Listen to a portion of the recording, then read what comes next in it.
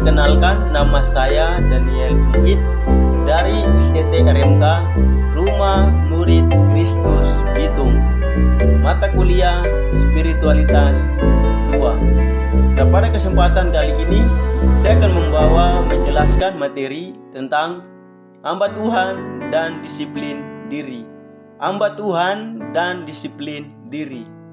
Nah, hamba Tuhan mempunyai self control atau kontrol diri. Nah, kontrol diri adalah melatih diri kita untuk melakukan sesuatu dengan mengendalikan perilaku kita sebagai hamba Tuhan. Nah, mengapa kita harus mengkontrol diri kita? Karena untuk kita punya diri sendiri, karena sebagai hamba Tuhan kita butuh yang namanya kontrol diri kita. Sebagai hamba Tuhan kita butuh mengkontrol diri kita. Nah, berapa lama kita butuh mengkontrol diri kita atau melatih diri kita? Nah, itu pertama tergantung tingkat kesulitan. Yang kedua tergantung tingkat kecapaian kita untuk bisa mengkontrol diri kita. Nah, alasan mengapa kita mendisiplinkan diri dengan cara mengkontrol diri kita. Mengapa perlu kita mendisiplinkan diri dengan cara mengkontrol diri kita sebagai hamba Tuhan? Nah, yang pertama, mengkontrol need kita atau kebutuhan kita. Jadi mengkontrol kebutuhan kita agar tidak menjadi hawa nafsu. Karena kebutuhan yang berlebihan akan menjadi hawa nafsu. Contohnya kebutuhan pribadi kita, jika terus menjadi berlebihan, contohnya makan yang berlebihan akan mati karena kekenyangan. Nah, contoh tidur yang berlebihan akan menjadi sakit kepala dan lain-lain sebagainya.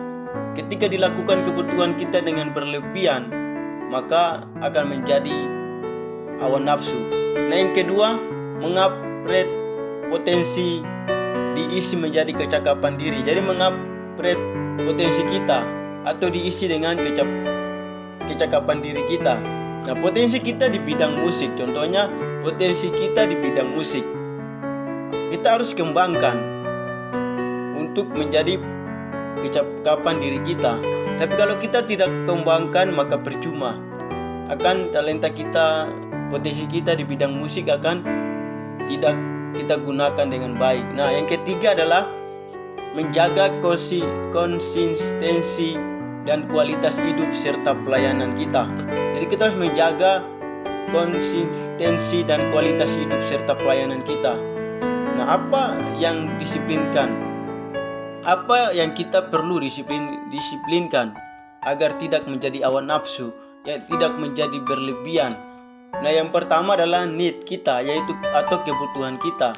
Kita perlu mendisiplinkan need kita atau kebutuhan kita.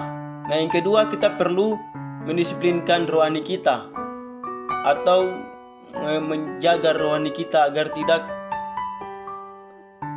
misalnya contohnya mengganggu kebutuhan kita. Contohnya seperti berdoa yang berlebihan sehingga mengganggu pekerjaan kita yang lain.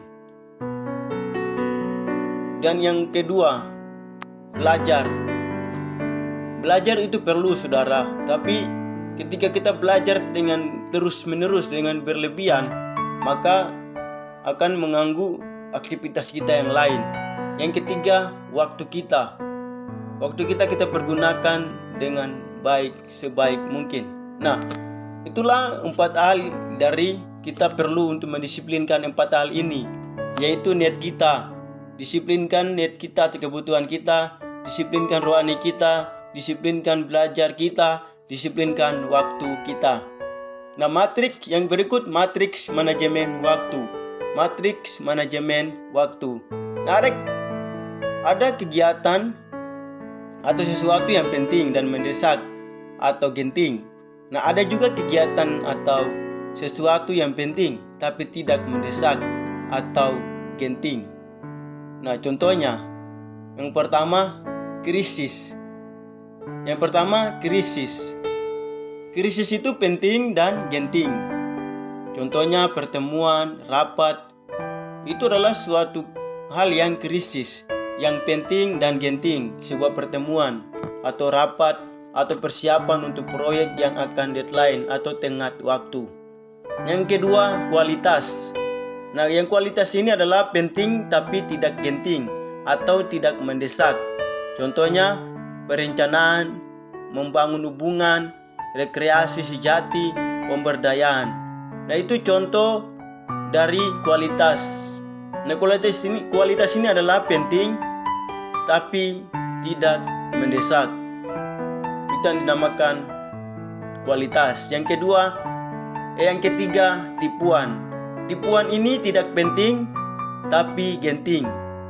Tidak penting tapi genting. Contohnya interupsi, beberapa telepon, surat, laporan, rapat. Banyak hal-hal yang menekan yang bisa diperkirakan. Jadi hal-hal yang kita perkirakan dengan menekan batin kita. Yang berikut banyak aktivitas populer. Nah, itu adalah tipuan atau tidak penting tapi genting atau mendesak. Yang keempat yaitu sia-sia. Tidak penting dan tidak genting, yaitu sia-sia. Tidak penting dan tidak genting. Contohnya aktivitas-aktivitas pelarian, menonton TV yang berlebihan, beberapa hubungan, telepon, pura-pura sibuk. Nah, menonton TV yang berlebihan akan menjadi hal yang mengganggu aktivitas kita yang lain. Nah, itu adalah sia-sia dan tidak penting, yang tidak penting dan tidak mendesak dan tidak genting. Itu yang dinamakan sia-sia. Nah, itulah 4 hal dari matriks manajemen waktu, yaitu krisis, kualitas, tipuan, dan sia-sia. Nah, cara mengatasi keempat hal ini, yaitu yang pertama, krisis. Cara mengatasi krisis adalah dengan cara antisipasi. Itu yang pertama, dengan cara antisipasi untuk mengatasi krisis. Dan yang kedua, kualitas. Kita harus fokuskan. Jadi cara mengatasinya adalah fokuskan untuk mengatasi kualitas kita. Nah, yang ketiga, hindari. Yang berikut adalah hindari tipuan. Dan yang berikut, hilangkan sia-sia. Nah, itulah 4 hal untuk mengatasi. Yang pertama, antisipasi terhadap krisis, fokuskan atas kualitas, hindari atas tipuan, hilangkan atas sia-sia. Puji Tuhan, itulah materi singkat dari saya yang dapat saya jelaskan tentang hamba Tuhan dan disiplin diri. Puji Tuhan, kiranya menjadi berkat. Tuhan Yesus memberkati. Haleluya.